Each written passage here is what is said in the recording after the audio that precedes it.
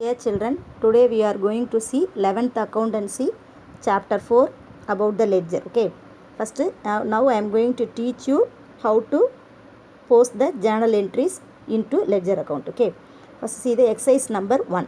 Journalize the following transaction and post them to the ledger. Here in this sum, so many transactions are given. You have to write the journal entries for this transaction and post them to the ledger. So we have to write the journal entries and ledger also. Okay, first write the journal entry. Started business with the cash means what is journal entry? For that, cash comes into the business. Okay, so cash ulla varadanaala what is journal entry? Cash account debtor to capital account. Okay, first write the journal entry. Okay, so what is the narration you have to write? Started, what is given in the sum அப்படியே பார்த்து எழுதிடு. Started business with cash அப்படின்னு எழுதிடலாம். Then paid into bank அப்படின்னு சொல்லுவோம். So cash வந்து பேங்க்கில் பே பண்ணியிருக்கோம். இப்போ ஹூ இஸ் த ரிசீவர் அப்படின்னா பேங்க் ரிசீவ் பண்ணுது, கேஷ் வந்து வெளியே போயிருக்கு. அப்போ கேஷ் வெளியே போனாலே என்ன போடுவோம்? கேஷ் உள்ளே வந்தால் கேஷ் அக்கௌண்ட் டெட்டார் போடுவோம். கேஷ் வெளியே போனாலே goes out of the business அப்படின்னா டூ கேஷ் போடுவோம். இந்த கேஷ் எங்கே வெளியே போயிருக்கு அப்படின்னா பேங்க்குக்கு போயிருக்கு. ஸோ அப்போ what is the Journal entry?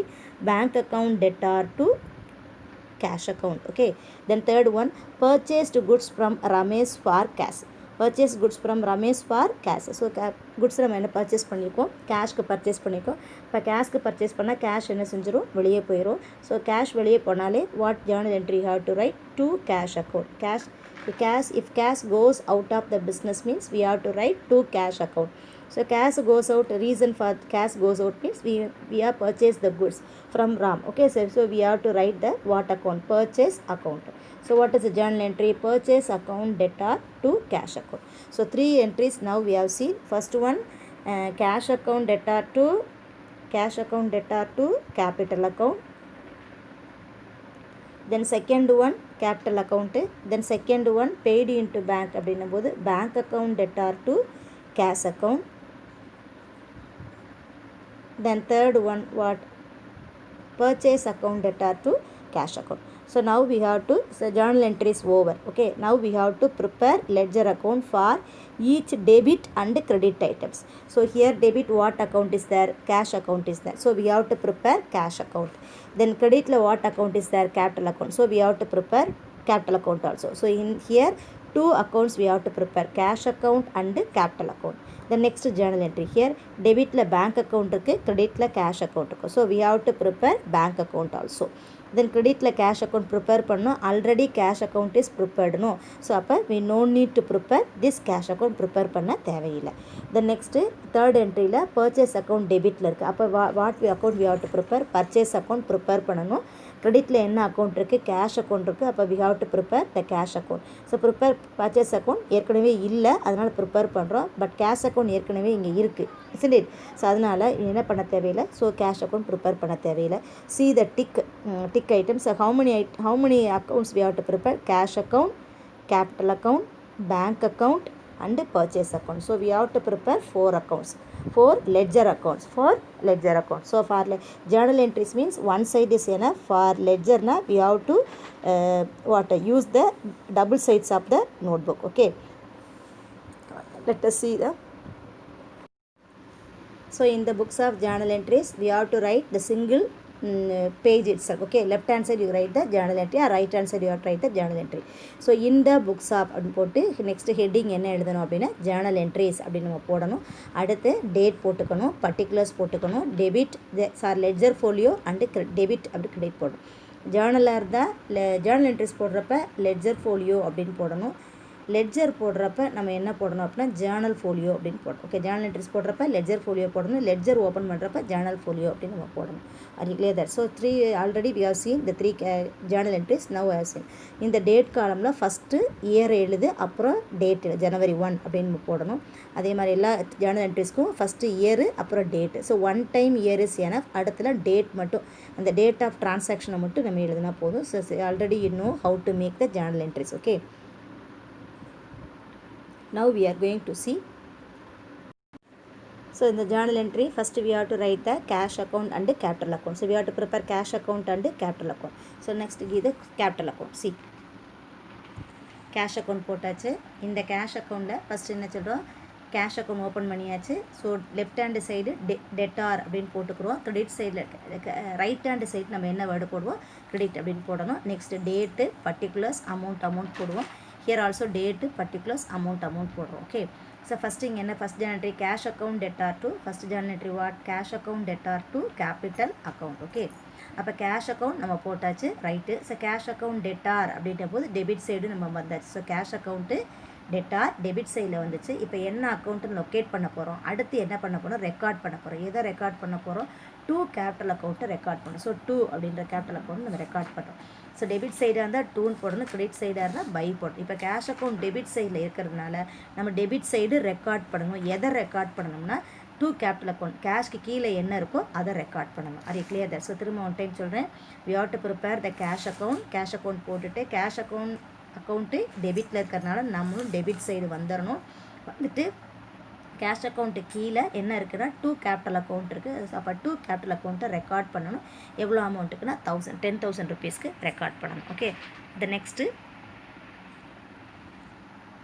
Second Journal entry கேஷாக நம்ம பார்ப்போம்.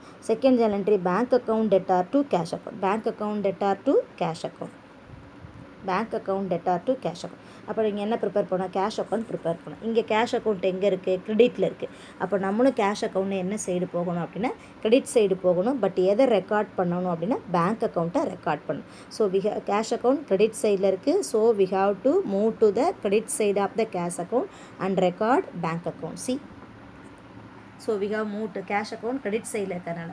ஸோ அந்த ஜேர்னல் என்ட்ரியில் என்ன இருந்துச்சு அப்படின்னா bank account debtor to cash account இருந்தது. இசன்டேட். இப்போ கேஷ் அக்கௌண்ட் வந்து எங்கே இருக்குது, கிரெடிட்டில் இருக்கிறதுனால 2 கேஷ் அக்கௌண்ட்டுங்க இருக்கிறதுனால நம்மளும் கேஷ் அக்கௌண்ட் கிரெடிட் சைடில் வந்துடுறோம். வந்துட்டு எதை ரெக்கார்ட் பண்ணுறோம்னா பேங்க்கை ரெக்கார்ட் பண்ணணும். ஸோ இப்போ கிரெடிட் சைடில் ரெக்கார்ட் பண்ணால் பை பேங்க் அப்படின்னு போட்டு அந்த அமௌண்ட்டு 5,000 போட்டுறணும். ஓகே. ஸோ அப்போ கேஷ் அக்கௌண்ட் டெபிட்டில் இருந்தால் நம்ம டெபிட் சைடில் ரெக்கார்ட் பண்ணணும். கேஷ் அக்கௌண்ட் கிரெடிட் சைடில் இருந்துச்சுன்னா கிரெடிட் சைடில் ரெக்கார்ட் பண்ணணும். எதை ரெக்கார்ட், கேஷ் அக்கௌண்ட்லேயே கேஷை ரெக்கார்ட் பண்ணக்கூடாது. இப்போ கேஷ்க்கு மேலே என்ன அந்த ஐட்டம் டிரான்சாக்ஷன் இருக்கோ அதை நம்ம ரெக்கார்ட் பண்ணணும். அது clear that. The next one what is the Journal, next one third journal entry purchase account debtor to cash account. அப்போ இங்கே கேஷ் அக்கௌண்ட் எங்கே இருக்குது, கிரெடிட்டில் இருக்குது. சரி. அப்போ கேஷ் அக்கௌண்ட் கிரெடிட்டில் தான். அப்போ நம்மளும் எந்த சைடில் போகணும், கிரெடிட் சைடில் போயிட்டு எதை ரெக்கார்ட் பண்ணணும் அப்படின்னா பர்ச்சேஸை வந்து நம்ம ரெக்கார்ட் பண்ணணும். அது clear that. Yes. See what is third journal entry purchase account,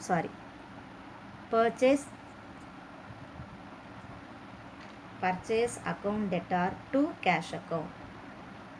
so cash எங்கே இருக்குது, கிரெடிட்டில் இருக்குது. அப்போ நம்மளும் எந்த சைடு வந்துடணும், கிரெடிட் சைடில் வந்துடணும். கிரெடிட் சைடு வந்தாச்சு. கிரெடிட் சைடு வந்துட்டு நம்ம என்ன போடணும், கேஷ் அக்கௌண்ட்லேயே கேஷை ரெக்கார்ட் பண்ணக்கூடாது. ஸோ கேஷ்க்கு மேலே பர்ச்சேஸ் இருக்குல்ல. So we have to enter purchase account போட்டு 10,000 நம்ம என்ன பண்ணிடணும், ரெக்கார்ட் பண்ணிடணும். ஓகே.